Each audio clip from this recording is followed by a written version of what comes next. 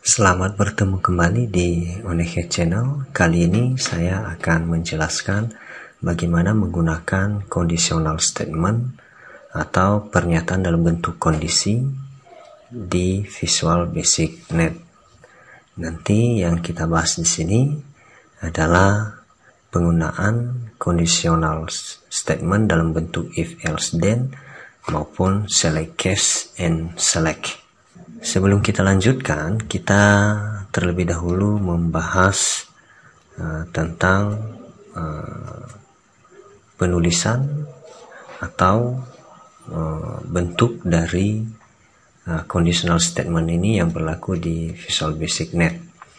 Yang pertama, ada conditional statement bersyarat atau dalam bentuk if, else, and if. Nah, bentuk-bentuk dari if ini terdiri dari beberapa bagian. Yang pertama, ada penulisan if, satu kondisi dan satu pernyataan. Nah, bentuk umumnya diawali oleh if, kemudian di dalam if itu ada kondisi atau syarat, kemudian then, lalu kemudian disusul oleh jawaban dari kondisi ini, lalu diakhiri oleh an if. Jadi jika kondisi atau syarat, maka apa jawabannya, dan akhirnya adalah an if. Jadi kalau kita berbicara tentang if atau kondisional, maka yang kita lakukan sebenarnya di sini adalah menemukan jawaban dari kondisi yang kita jadikan sebagai prasyarat atau syarat. Ya, jadi misalnya tadi ada satu kondisi dan satu pernyataan, ya, atau satu syarat ada satu jawaban. Jadi contoh misalnya, if, jika, ini syaratnya atau kondisinya. Jika gelap, maka pernyataannya atau jawabannya adalah hidupkan lampu. And if. Jadi satu kondisi, satu pernyataan atau jawaban. Nah, ada juga kasus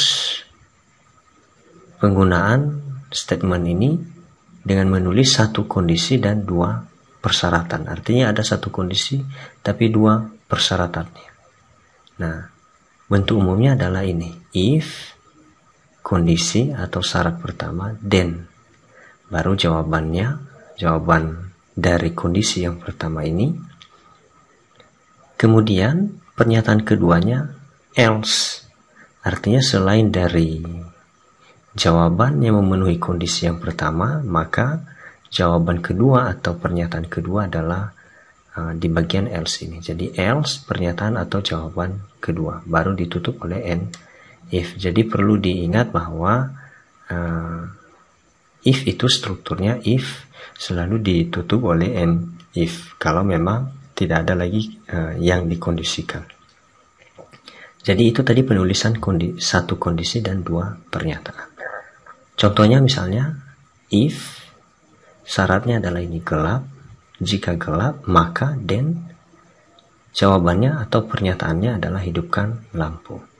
Selain dari gelap maka padamkan lampu. Jadi jawabannya adalah padamkan lampu selain dari kondisi yang pertama. Jadi kondisi yang pertama tadi gelap, selain dari gelap itu maka dipadamkan lampu.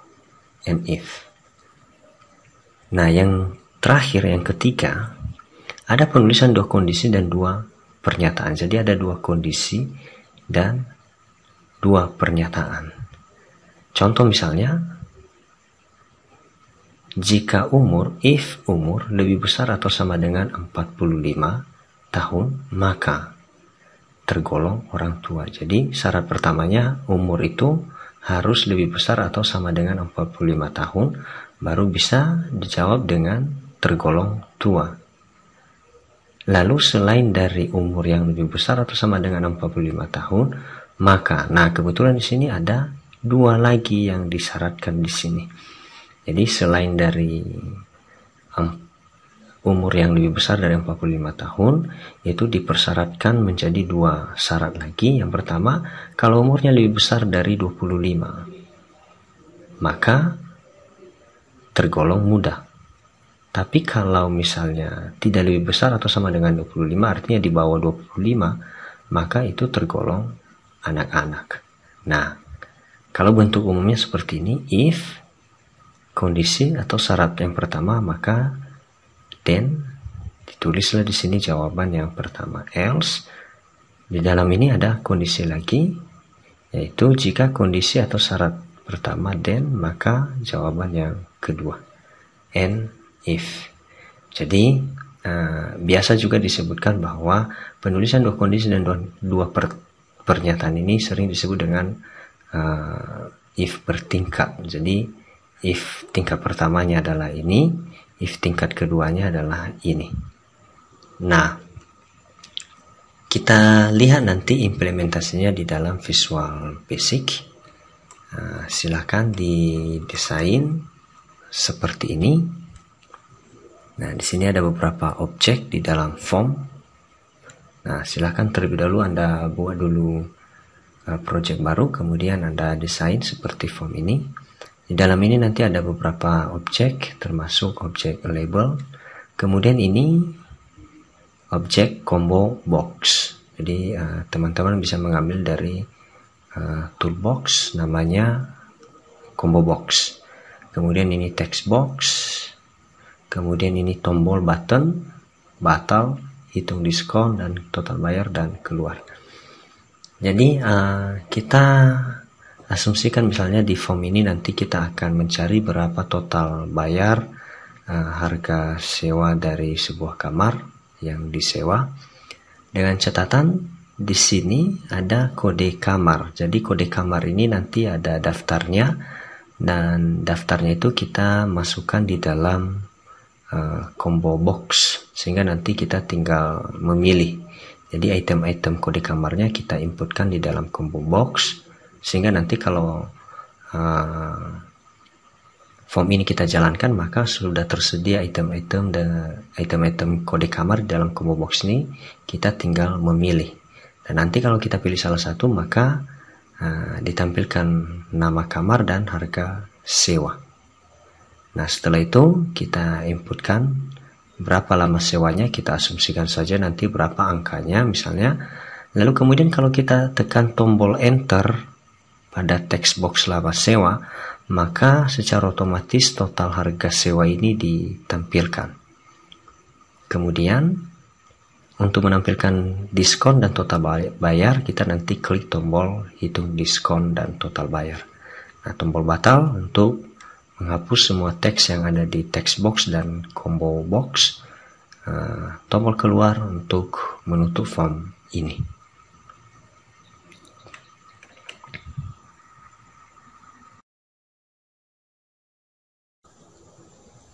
Nah, sebelum kita masuk ke coding, maka saya beritahukan dulu bahwa objek-objek combo box dan text box, termasuk nanti button ini kita ganti property name-nya terlebih dahulu. Untuk yang kode kamar, kita buat name-nya menjadi KD kamar. Jadi sekali lagi, kode kamar, name-nya adalah KD kamar. Nanti untuk nama kamar, kita buat menjadi NM kamar. Jadi untuk nama kamar kita buat namanya adalah NM kamar. Kemudian harga sewa kita buat menjadi harga. Kemudian lama sewa kita buat menjadi name-nya menjadi lama. Kemudian total harga kita buat menjadi tot harga. Kemudian text box diskon kita buat name-nya menjadi diskon. Dan total bayar kita buat name-nya menjadi tot bayar. Sedangkan tombol batal kita buat name-nya B batal. Kemudian hitung diskon, tombol hitung diskon kita buat name-nya B hitung, dan keluar B keluar. Nah, sebelum kita lanjutkan ke coding, saya jelaskan dulu bagaimana menambahkan item ke dalam combo box. Nah, combo box ini sama dengan ini ya. Coba kalau kita lihat ini di atas solution configuration ini. Nah, ini namanya combo box. Jadi sama hasilnya itu nanti seperti ini. Jadi combo box itu itemnya baru diperlihatkan setelah kita klik. Jadi kalau kita klik kombonya, objek kombonya baru diperlihatkan itemnya. Jadi yang ada di dalam ini disebut dengan item. Nah, terlebih dahulu yang kita lakukan ini, kita buat dulu itemnya ini ke dalam kode kamar. Nah, bagaimana supaya item itu bisa tampil pada saat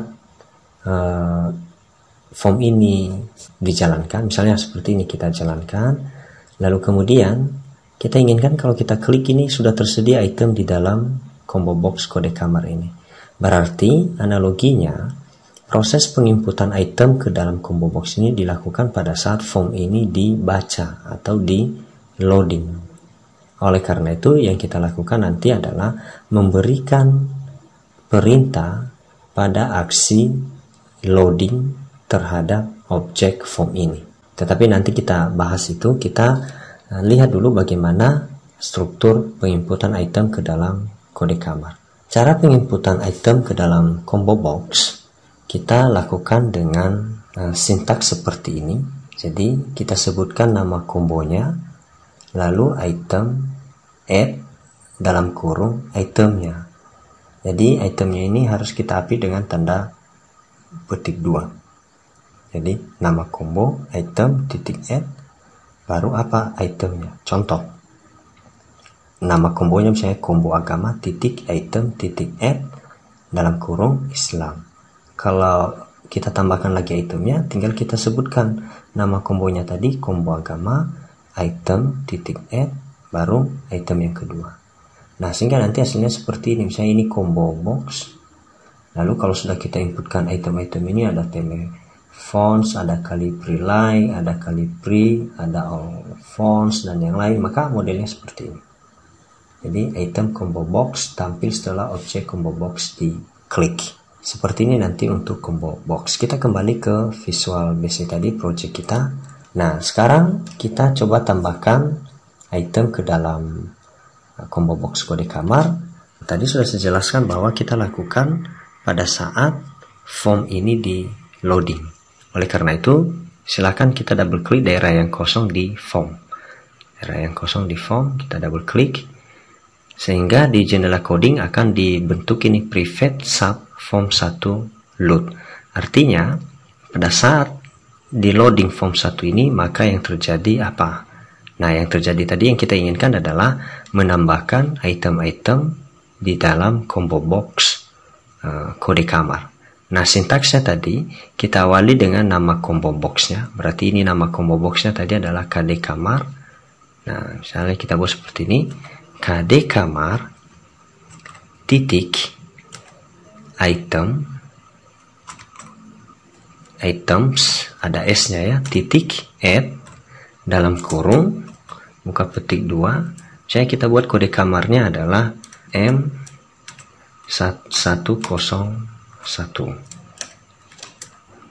Nah, kita lihat di sini, ini adalah nama objeknya tadi, kemudian ini perintahnya items titik add, kemudian ini itemnya, item yang akan kita tampilkan nantinya di combo box.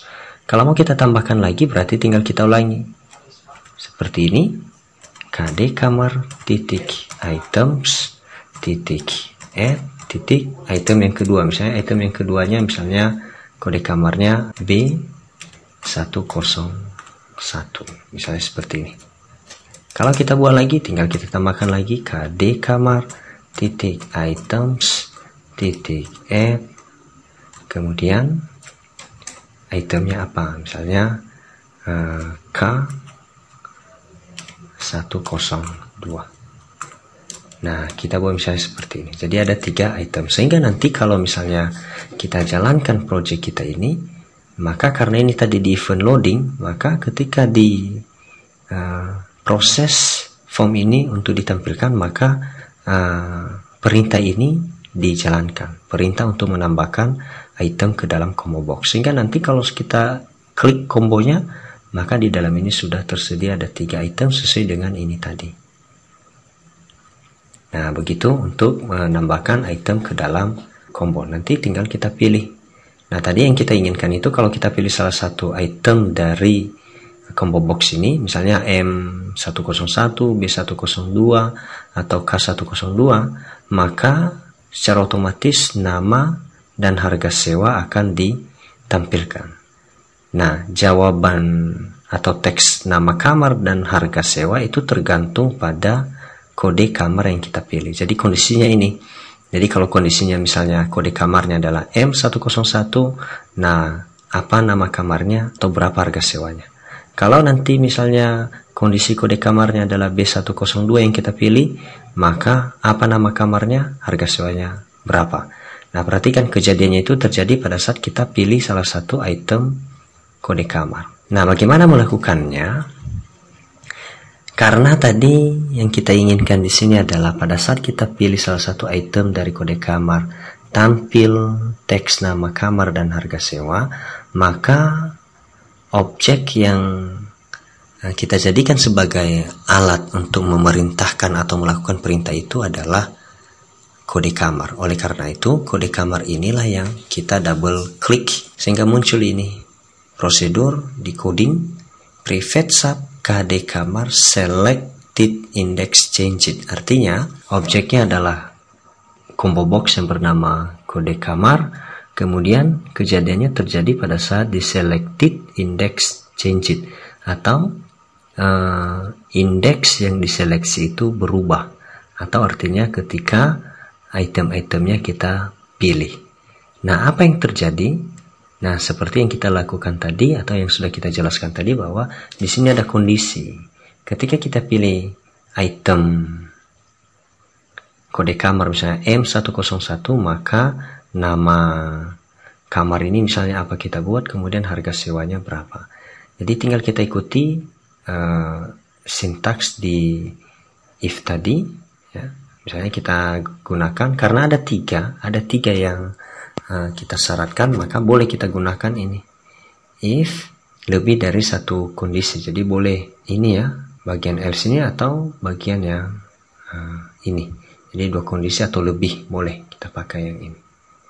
Jadi caranya tinggal kita buat seperti ini. Jika if, nah syaratnya apa tadi? Nah, syaratnya jika teks yang ada di kode kamar atau teks yang ada di combo box kode kamar. Jadi teks combo box ini kan tampil ketika kita pilih itemnya. Jadi tinggal kita buat jika, nah nama objek ini tadi adalah KD kamar. Jika KD kamar titik teksnya sama dengan, nah kita sesuaikan dengan ini M101 harus sama penulisannya, karena di sini yang digunakan adalah operator perbandingan sama dengan. Jadi if kode kamar teksnya sama dengan ini tadi M101,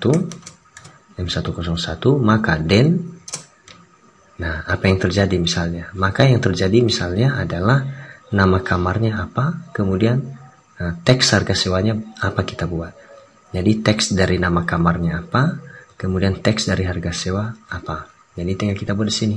Misalnya kita mau menampilkan teks di sini di nama kamar, berarti ini tadi nama objeknya adalah NM kamar. Jadi tinggal kita buat NM kamar, teksnya adalah, nah kita buat misalnya melati. Jadi kalau dipilih nanti kode kamar M101, maka nama kamarnya adalah melati. Lalu harga kamarnya misalnya, harga sewanya misalnya kita buat di sini harga sewa, teks dari harga sewa. Jadi nama objeknya harga titik teksnya misalnya kita buat 200.000. Nah, perlu saya beritahukan bahwa kalau dia string, maka harus kita update dengan tanda petik 2. Tapi kalau dia angka, boleh tidak kita sertakan tanda petik. Kemudian karena yang kita seleksi ini atau kondisi ini masih satu, jadi M101, sementara itemnya itu nanti kan ada 2 lagi, berarti tinggal kita ulangi, kita buat seperti ini. Else, nah di sini kita buat if jika else if sama parameternya tadi adalah KD kamar yang menjadi syaratnya, teks dari kode kamar sama dengan B101, maka then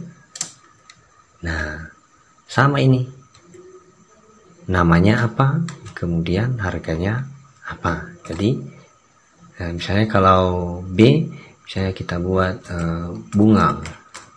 Nah, kalau bunga mungkin harganya 150. Nah, yang ketiga, karena tidak ada lagi, maka tinggal kita buat di sini. Else. Ya, kita buat seperti ini. Jadi selain dari M101 dan B102, maka nama kamarnya adalah misalnya kita buat Kamboja. Ya, kita buat seperti itu, Kamboja. Harganya kita buat misalnya 300.000. Jadi ada 3 persyaratan di sini, di mana pernyataan yang kita buat juga ada 3. Jadi setiap pernyataan di sini ada 2 ya, ada nama kamar dan ada harga. Jadi setiap kondisi ada 2 jawaban yang kita berikan, yaitu untuk menampilkan teks kamar dan teks harga. Jadi tadi kalau kita pilih kode M101, maka nama kamarnya adalah Melati dan harganya adalah 200.000. Begitu juga untuk kode kamar B101 maupun selain dari B101 dan M101. Jadi konstruksinya seperti ini. Sehingga kalau kita jalankan misalnya proyek kita ini, maka kalau kita pilih salah satu item dari kode kamar misalnya M101, maka ini otomatis ditampilkan. Misalnya kita pilih lagi B102, maka diganti sesuai dengan ini tadi. Jadi B1, kalau kita pilih B101 ini kodenya, maka nama kamarnya adalah bunga dan harganya adalah 150. Nah, begitu juga nanti kalau misalnya kita pilih K102. Nah, karena selain M101, B101, maka namanya adalah Kamboja dan 300.000 harga sewa. Jadi untuk bagian yang terakhir atau kondisi yang terakhir boleh kita tuliskan langsung else, baru kemudian jawabannya, baru diakhiri dengan and if. Jadi konstruksinya sekali lagi konstruksinya seperti ini, if baru syaratnya, kemudian then baru pernyataannya di sini. Kita stop dulu. Nah, berikutnya lama sewa. Jadi lama sewa ini nanti kita inputkan sendiri. Misalnya saya jalankan lagi, kita masukkan misalnya dia misalnya menginap atau menyewa 2 hari.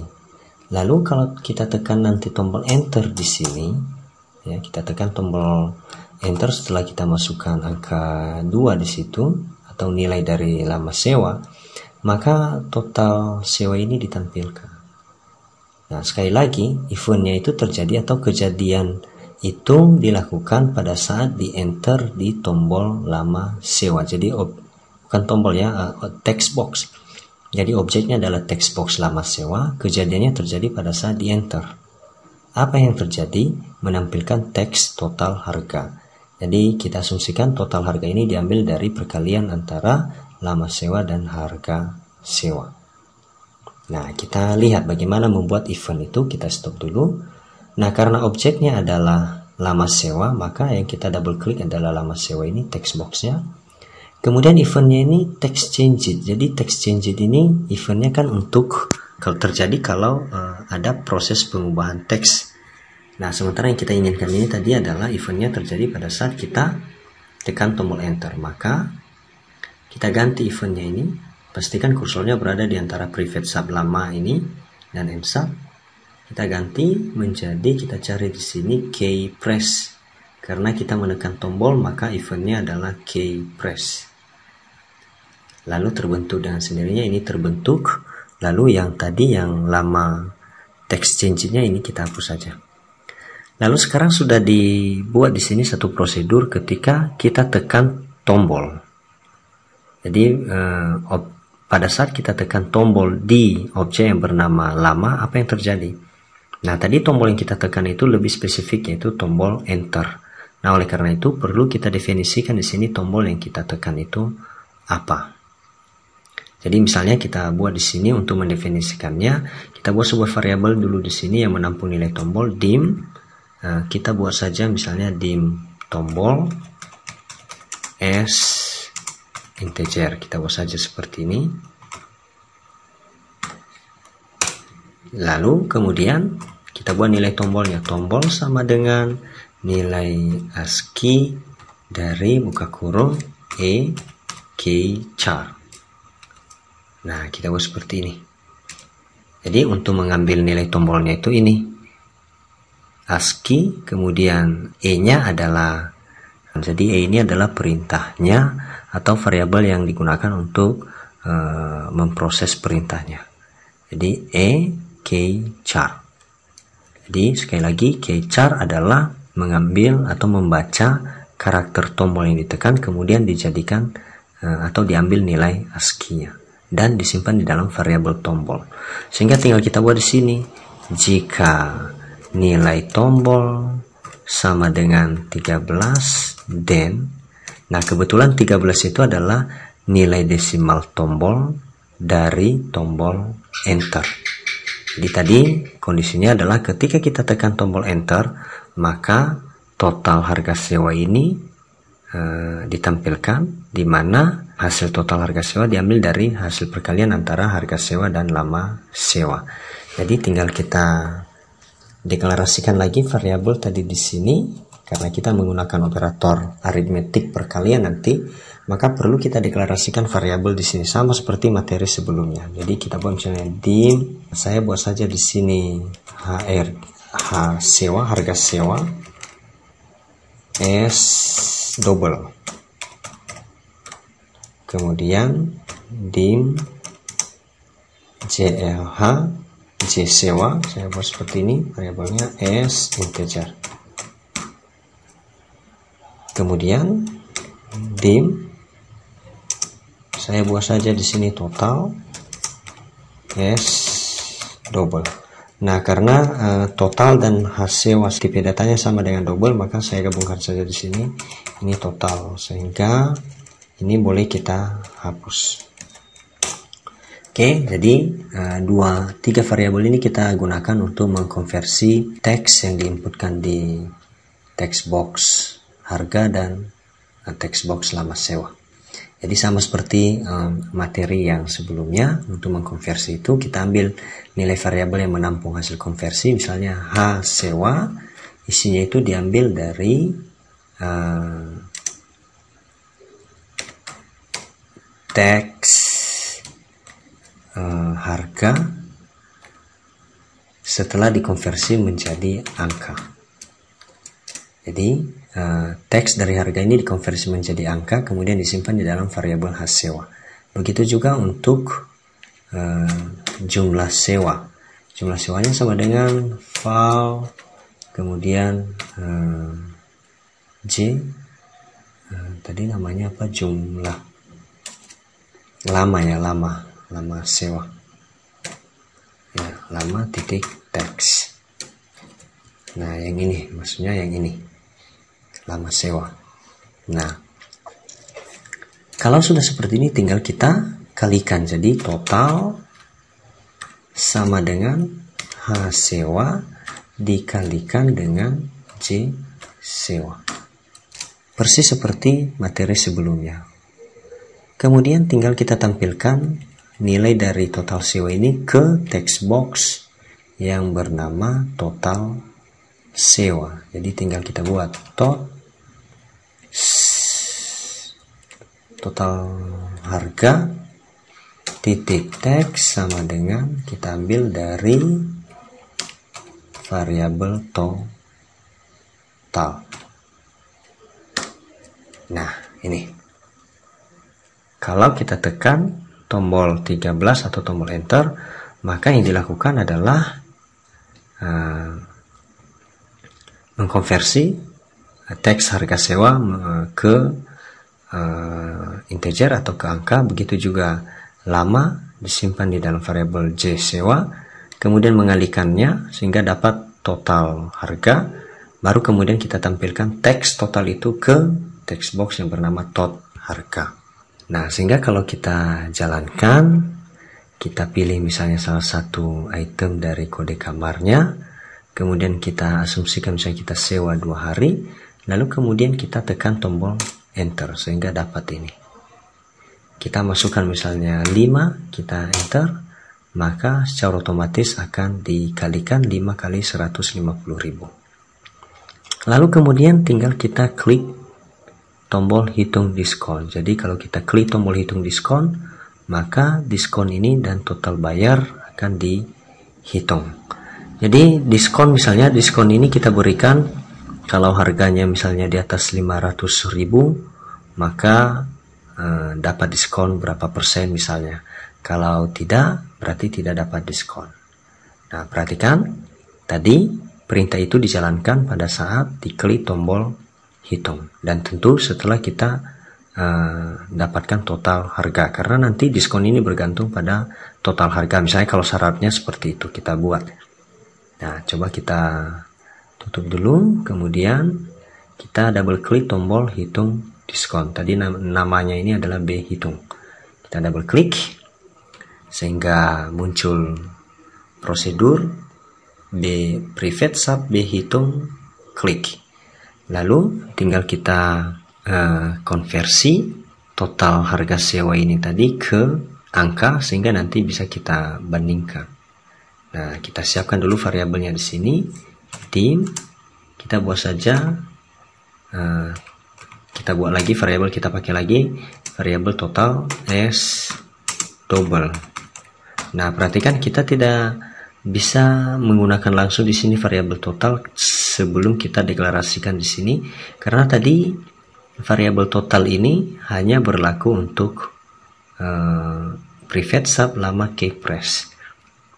Kecuali tadi kalau misalnya kita deklarasikan di bagian atas ini, bagian atas boleh. Karena di kasus ini misalnya kita deklarasikan di bagian private sub lama keypress. Jadi terpaksa harus kita deklarasikan ulang di sini. Sehingga kita buat total sama dengan value dari tot harga titik teks. Lalu kemudian tinggal kita bandingkan. Jadi kalau misalnya kita buat jika total harga sewa ini di atas 500, maka dapat diskon. Jadi kita pakai if, struktur if lagi di sini. Jadi if total lebih besar atau sama dengan 500.000, maka nah diskonnya kita buat. Objeknya tadi adalah diskon. Teks dari text box diskon adalah 5%. Nah, 5% itu 0,005 dari total. Jadi kita buat misalnya di sini diskon itu kalau di atas 500.000 maka diambil 5% dari total itu. Jadi diskonnya diambil 5%. Selain itu else. Kita buat teks dari diskon adalah 0. Artinya tidak dapat diskon. Kemudian ada total. Nah, total tadi juga didapatkan pada saat kita klik tombol diskon. Jadi total ini, total bayar ini, misalnya kita kalkulasikan dengan mengurangi total sewa dengan diskon. Jadi total sewa dikurangi dengan diskon, itulah menjadi total bayarnya. Jadi tinggal kita buat di sini teks dari total bayar itu, tot bayar, teksnya sama dengan nilai dari variabel total dikurangi dengan value dari teks diskon. Jadi perhatikan di sini, diskon teks ini masih dianggap teks. Jadi nilai diskon setelah didapatkan tadi dari kondisi ini masih dianggap teks. Oleh karena itu perlu kita rubah menjadi angka sehingga perlu di sini kita buat fungsi value, baru bisa nanti kita kurangi dengan nilai total. Sehingga kalau kita jalankan, kita pilih misalnya M101, kemudian kita buat lama sewa misalnya 2, lalu kita enter, berarti total harga sewanya adalah 2 kali 200.000. Lalu kemudian kita klik hitung diskon, maka diskonnya dibuat 0 dan total bayarnya adalah 400. Kenapa 0 diskonnya? Karena total harga sewa ini kurang dari 500, sedangkan syarat untuk mendapatkan diskon tadi total harga sewa ini harus atau minimal 500. Jadi mulai dari 500.000 ke atas itu dapat potongan atau diskon 5%. Coba kita buat misalnya 3, kemudian kita enter, dapat ini total harga sewa, kemudian kita klik hitung diskon. Nah, ini dapat karena total harga sewanya di atas atau di atas 500, di 600.000, sehingga dapat 5% diskonnya, sehingga 5% dari 600 itu 30.000, sehingga total bayarnya tinggal dikurangi total harga sewa atau 600.000 dikurangi dengan diskon 30.000, maka total bayarnya adalah 570.000. Nah, untuk tombol keluar dan batal itu sama seperti perintah di materi sebelumnya, yaitu kalau batal maka mengosongkan teks ini, semua teks yang ada di combo box maupun text box keluar untuk menutup form ini. Nah, demikian untuk menggunakan kondisi di dalam bahasa pemrograman visual. Jadi perlu diketahui tadi bahwa prosedurnya harus dipahami betul, struktur dari penggunaan if itu seperti apa, termasuk bentuk-bentuk umumnya dan sintaks penulisannya seperti apa. Jadi tadi sudah kita jelaskan. Satu lagi nanti untuk yang bentuk kondisi statement kondisi itu, yaitu ada penulisan statement itu juga secara select case atau dengan cara select case. Jadi bentuk penulisannya dibuat select case, baru objek yang menjadi kondisi atau syarat, baru case-nya atau yang menjadi nilai kondisinya atau syaratnya. Jadi select case ini objeknya yang kita isi, kemudian nilai-nilai yang akan kita syaratkan itu dari objek yang kita tuliskan di bagian select case. Contoh misalnya kita buat seperti ini. Select case jabatan, case-nya misalnya ada kepala dinas, ada kepala bidang, ada kepala seksi, ada staff. Jadi kepala dinas, kepala bidang, kepala seksi, staff itu adalah jabatan. Nah, dari jabatan ini misalnya kita seleksi berapa gaji pokok, berapa tunjangannya. Nah, jadi boleh kita buat seperti ini. Case kepala dinas, tunjangannya adalah 10% dari gaji pokok. Kalau misalnya case-nya kepala bidang, maka 8% dari gaji pokok. Kepala seksi 7% dari gaji pokok. Staff 5% dari gaji pokok. Jadi staff, kepala seksi, kepala bidang, kepala dinas adalah isi dari atau case-nya si jabatan. Jadi kalau di if misalnya dia tadi tinggal kita buat seperti ini. Misalnya kita buat seperti ini. If jabatan titik teks sama dengan kepala dinas, then maka jawabannya apa di sini? Misalnya tunjangan sama dengan sekian. Else if jabatan titik teks sama dengan apa? Then maka jawabannya apa? Jadi kondisinya sama sebenarnya, strukturnya sama, hanya penulisannya yang berbeda. Jadi mudah-mudahan dapat dipahami penggunaan kondisi di dalam bahasa pemrograman visual net, terutama if maupun nanti select case ini. Sampai jumpa di tutorial selanjutnya. Terima kasih.